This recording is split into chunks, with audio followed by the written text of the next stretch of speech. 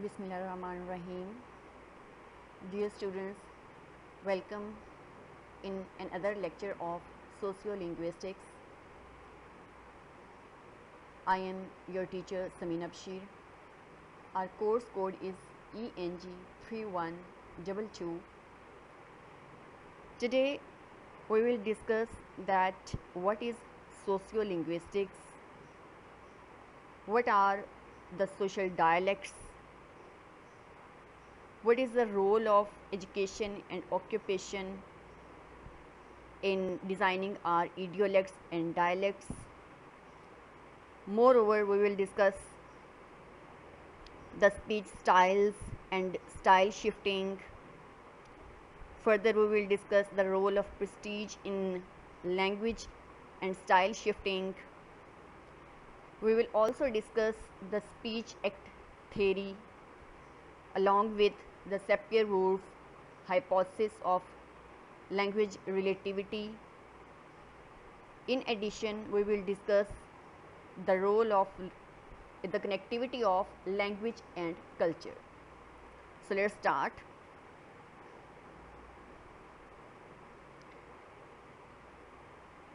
So what is sociolinguistics? How we will define the term sociolinguistics? The term sociolinguistics is used generally for the study of the relationship between language and society. This is a broad area of investigation that developed through the interaction of linguistics with a number of other academic disciplines. It has strong connections with anthropology through the study of language and culture, and with sociology through the investigation of the role of language plays in the organization of social groups and institutions. It is also tied to social psychology, particularly with regard to how attitudes and perceptions are expressed and how in-group and out-group behaviors are identified. We use all these connections when we try to analyze language from a social perspective.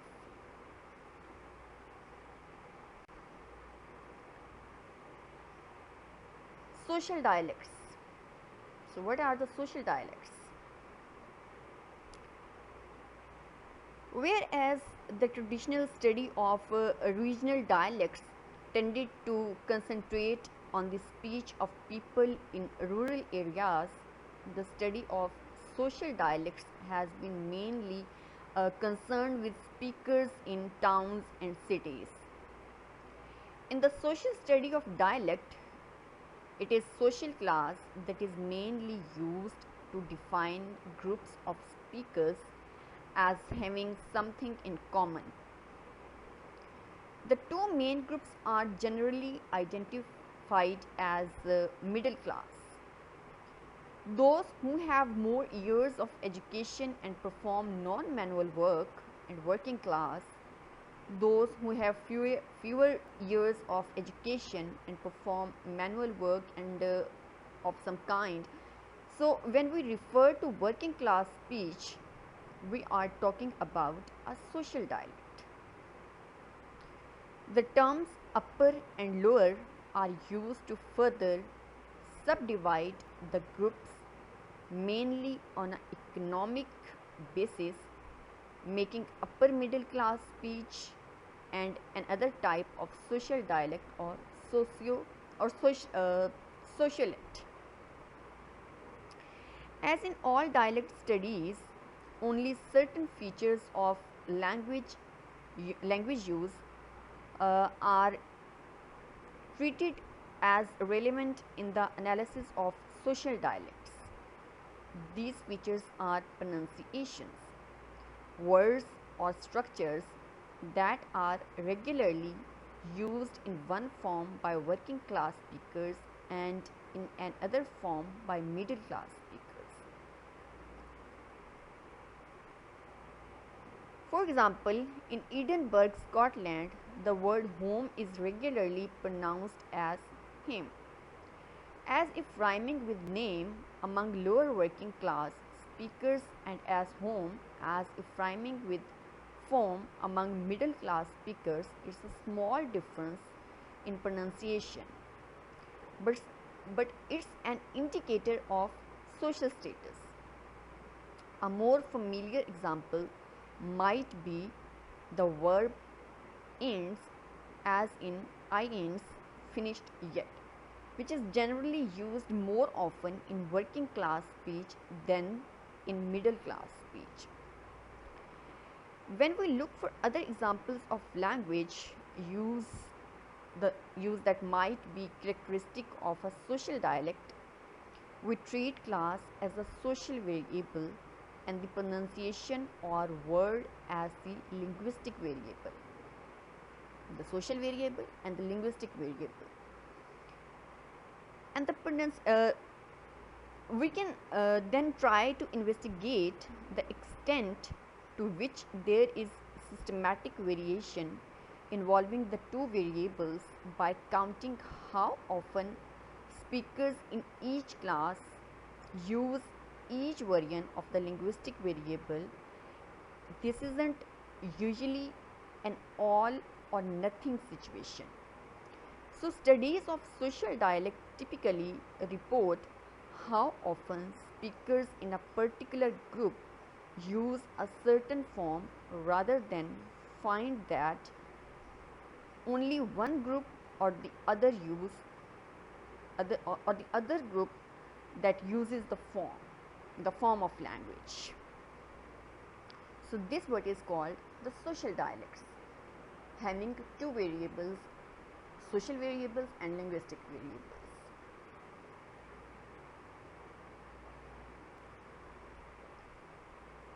Now we will discuss the role of education and occupation to form personal dialect or idiolect. Although the unique circumstances of every life result in each of us having an individual way of speaking, a personal dialect or idiolect, we generally tend to sound like others with whom we share similar educational background or occupations. Among those who leave the educational system at an early age, there is a general pattern of using certain forms that are relatively infrequent in the speech of those who go to complete college. Expressions such as those contained in "them boys throwed something" or it wasn't us what done it" are generally associated with speakers who have spent less time in education, then who spent more time in the educational system tend to have more features in their spoken language that derive from a lot of time spent with the written language. So that through is more likely that through'd and who occurs more often than what is references to people. The observation that some teacher talks like a book is possibly a reflection of an extreme form of this influence from the written language after years in the educational system. As adults, the outcome of our time in the educational system is usually reflected in our occupation and socio-economic status. The way bank executive as opposed to window cleaners talk to each other usually provides linguistic evidence for the significance of these social variables. In the 1960s, sociolinguist William Labov combined elements from place of occupation and socio-economic status by looking at pronunciation differences among salespeople in three New York City department stores. They were 6 Fifth Avenue. So, in the department stores, there was a regular pattern in the answers. The higher the socio-economic status of the store, the more R sounds were produced, and the lower the status, the fewer R sounds were produced by those who worked there.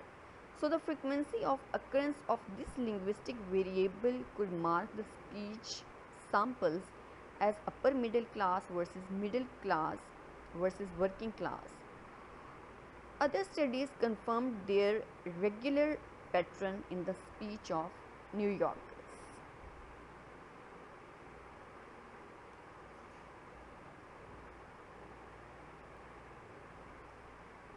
Now we will discuss that what is speech style and what is style shifting.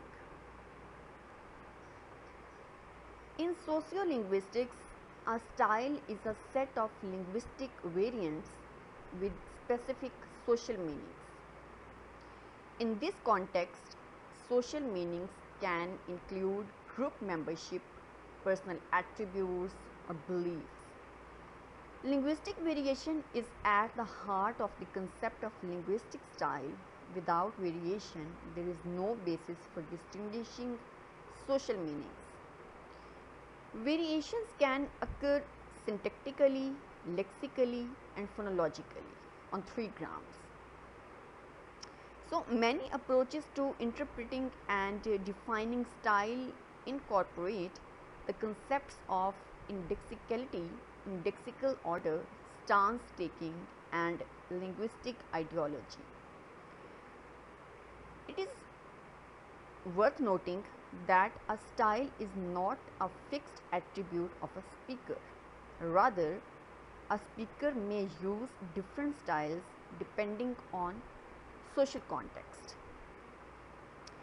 Additionally, speakers often incorporate elements of multiple styles into their speech, either consciously or subconsciously, thereby creating a new style. So, in this way, we can say that style shifting refers to a single speaker changing style in response to a social context. As noted by Eckert and Rickford, in sociolinguistic literature, terms style and register sometimes have been used interchangeably. Also, various connotations of style are a subject of study in stylistics.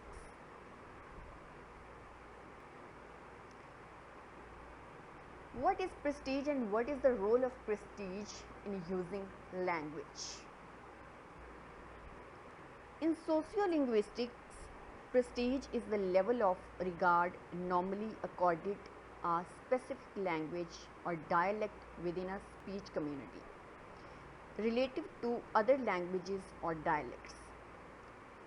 Prestige varieties are language or dialect families which are generally considered by a society to be the most correct or otherwise superior.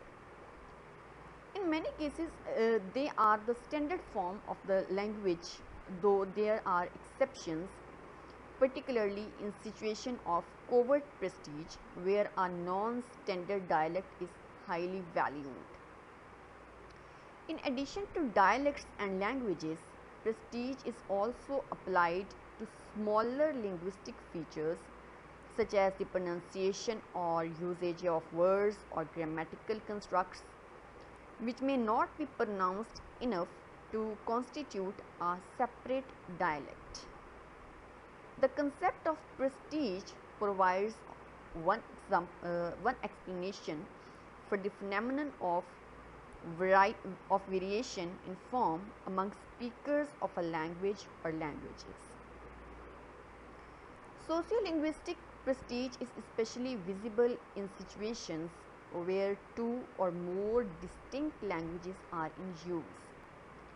and in diverse, socially stratified urban areas in which there are likely to be speakers of different languages and dialects interacting frequently.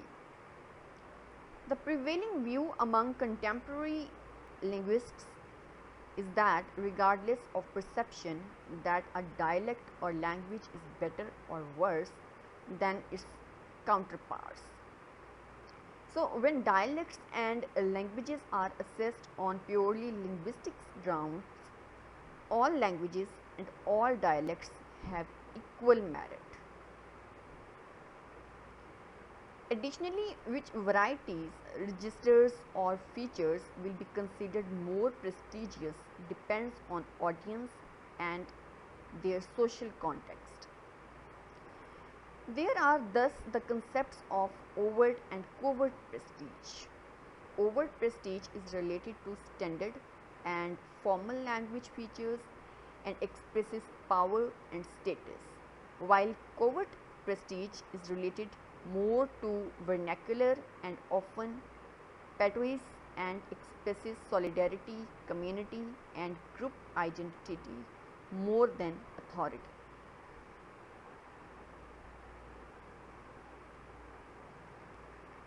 What is speech accommodation?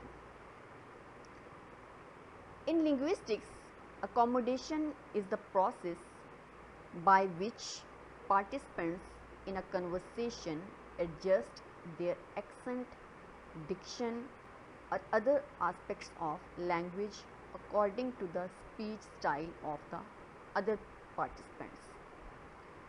It is also called linguistic accommodation or speech accommodation or communication accommodation. Accommodation most often takes the form of convergence when a speaker chooses a language variety that seems to fit the style of the other speaker. Less frequently, accommodation may take the form of divergence when a speaker signals social distance or disapproval by using a language variety that differs from the style of the other speaker.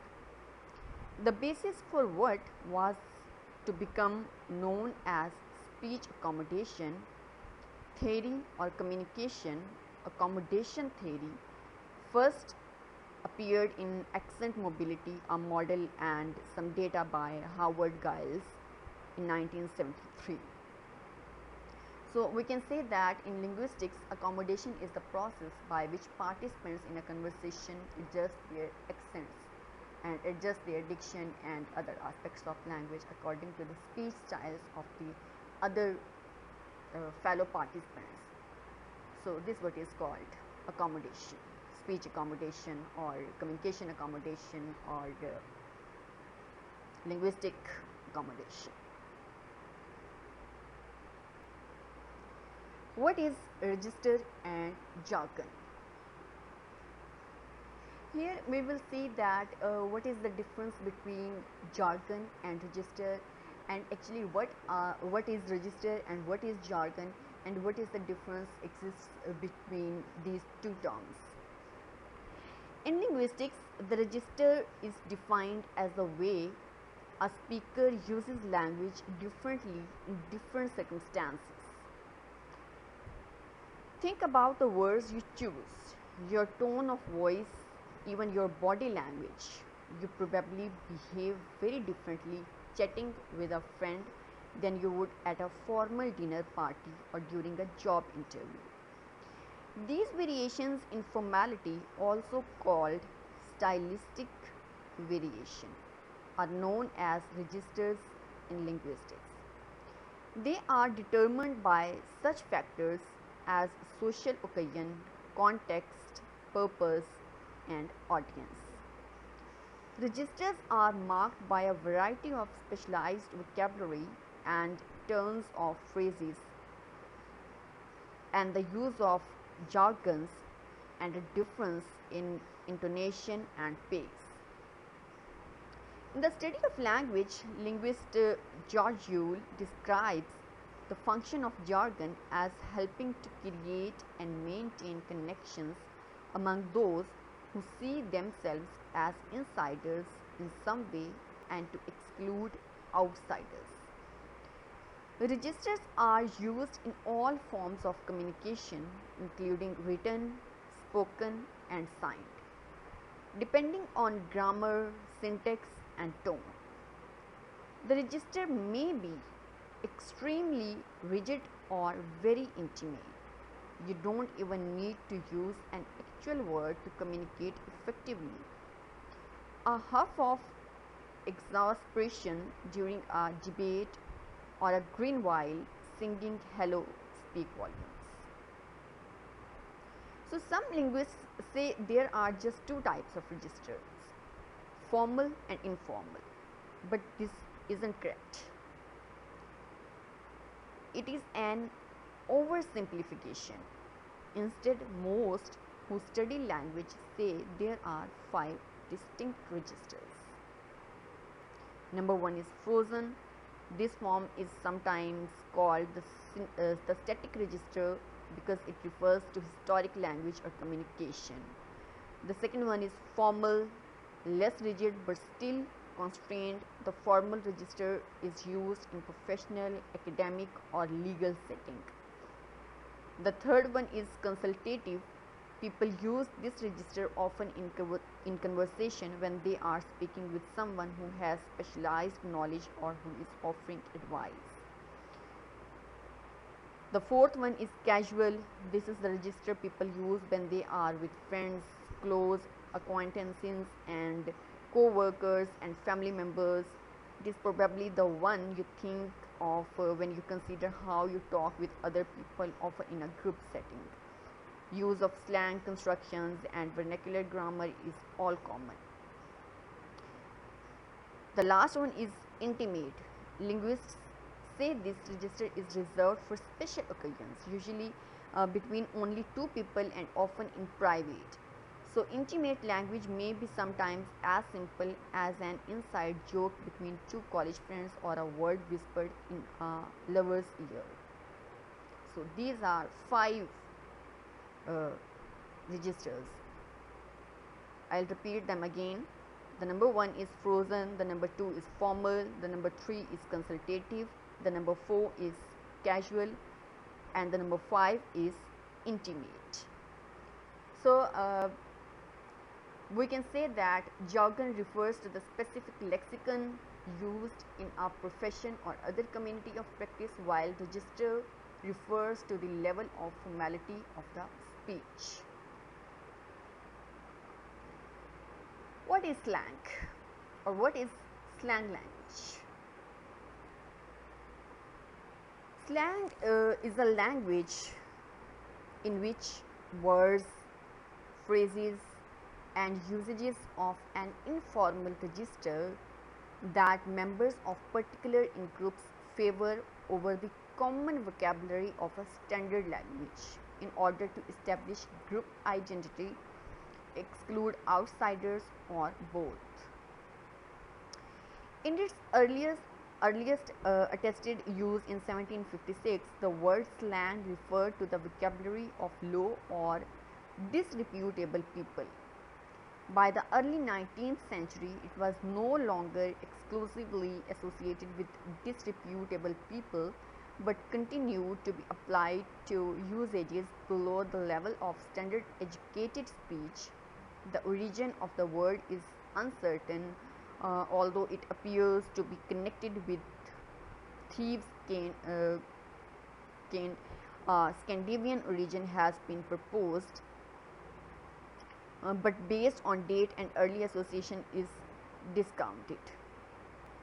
So, slang language is an informal register that members of particular in group favor in order to establish their group identity, excluding the outsiders.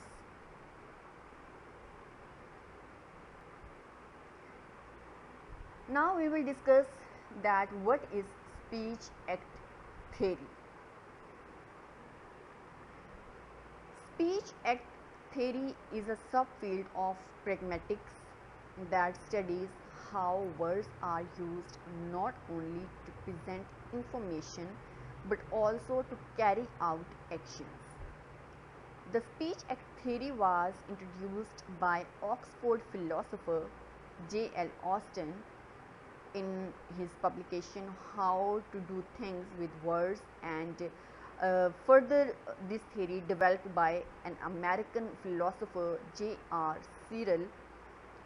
It considers the degree to which utterances are said to perform locutionary acts, illocutionary acts, and perlocutionary acts. Many philosophers and linguists study speech act theory as a way to better understand human communication. Part of the joy doing speech act theory from my strictly first person point of view is becoming more and more mindful of how many surprisingly different things we do when we talk to each other. Philosopher J. R. Searle is responsible for devising a system of speech categorization. In the past 3 decades, speech act theory has become an important branch of the contemporary theory of language, thanks mainly to the influence of J. R. Searle and H. P. Grice, whose ideas on meaning and communication have stimulated research in philosophy and in human and cognitive sciences. From Searle's view, there are only 5 illocutionary points that speakers can achieve on propositions in an utterance, namely the assertive, commissive, directive, declaratory, and expressive illocutionary points. Speakers achieve the assertive point when they represent how things are in the world, the commissive point when they commit themselves to doing something, the directive point when they make an attempt to get hearers to do something, and declaratory point when they do things in the world at the moment of the utterance solely by virtue of saying that they do, and the expressive point when they express their attitudes about objects and facts of the world.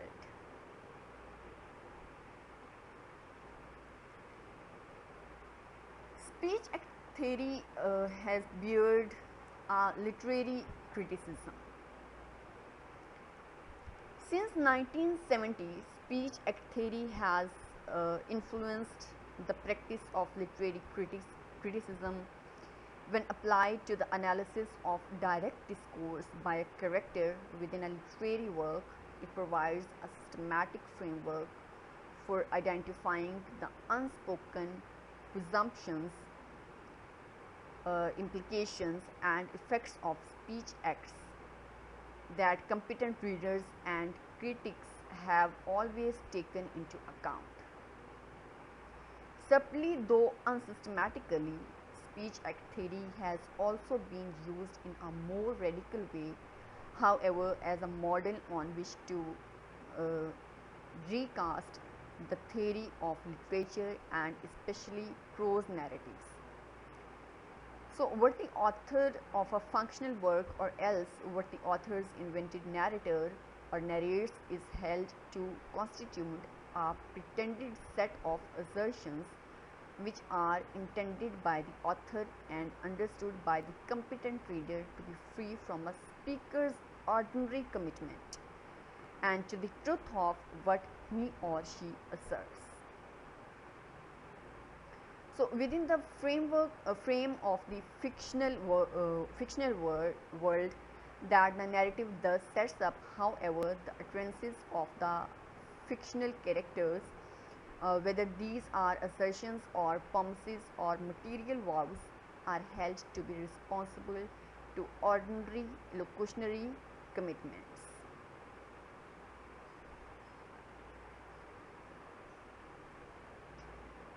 When we see the criticism on speech act theory, we see that although Searle's theory of speech act has had a tremendous influence on functional aspects of pragmatics, it has also received very strong criticism. So, this criticism was on two grounds. The number one is the function of sentence. Some critics argue that Austin and Searle based their work principally on their intuitions, focusing exclusively on sentences isolated from the context where they might be used. In this sense, one of the main contradictions to Searle's suggested typology is the fact that the illocutionary force of a concrete speech act cannot take the form of a sentence as Searle considered it.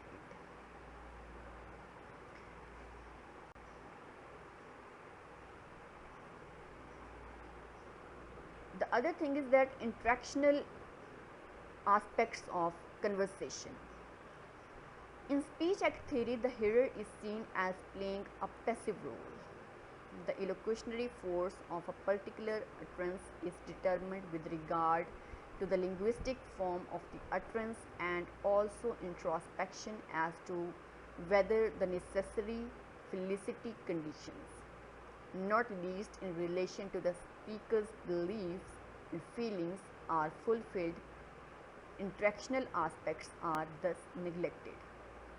However, a conversation is not just a merry chain of independent illocutionary forces, rather speech acts are related to other speech acts in the wider discourse context.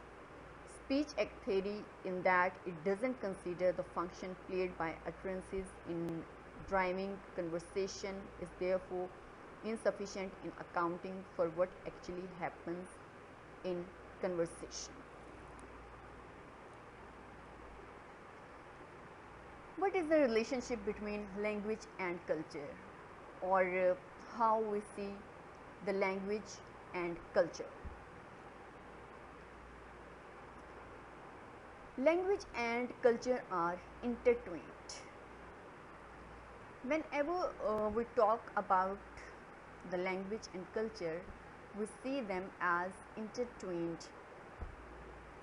A particular language usually points out to a specific group of people.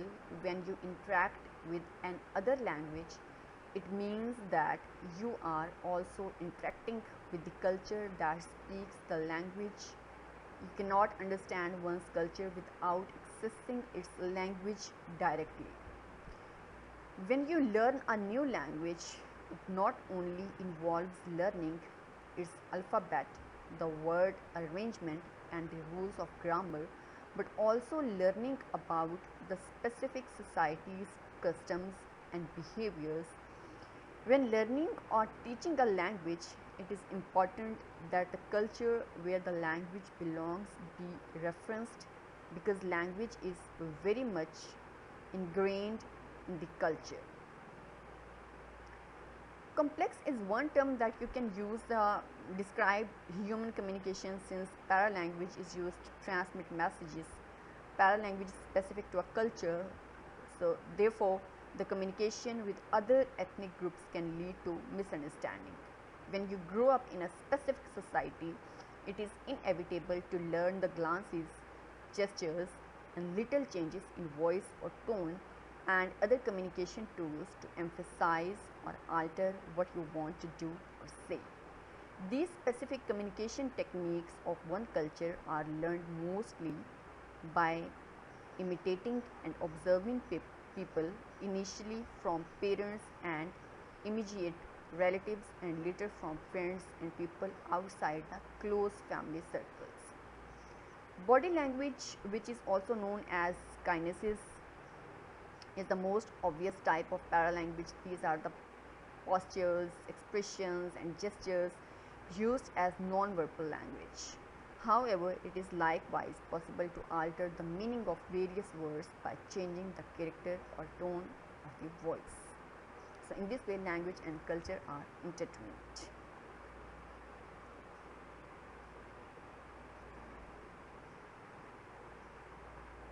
In the end of this lecture, we will discuss the Sapir-Whorf's hypothesis of linguistic relativity. The hypothesis of linguistic relativity, part of relativism, also known as the Sapir-Whorf hypothesis or Whorfianism, is a principle claiming that the structure of a language affects its speakers' worldview or cognition, and thus people's perceptions are relative to their spoken language. The principle is often defined in one of two versions: the strong hypothesis, which was held by some of the early linguists before World War II, and the weak hypothesis, mostly held by some of the modern linguists. The strong version says that language determines thought and that linguistic categories limit and determine cognitive categories, while the weak version says that linguistic categories and usage only influence thought and decisions. The principle had been accepted and then abandoned by linguists during the early 20th century following the changing perceptions of social acceptance for the other, especially after World War II. The origin of formulated arguments against the acceptance of linguistic relativity are attributed to Noam Chomsky. The term Sapir-Whorf hypothesis is considered a misnomer by linguists for several reasons. Their ideas in terms of a hypothesis, the distinction between a weak and a strong version of this hypothesis, is also a later invention. Sapir and Whorf never set up such a dichotomy, although often their writings and their views of this relative principle are phrased in stronger or weaker terms.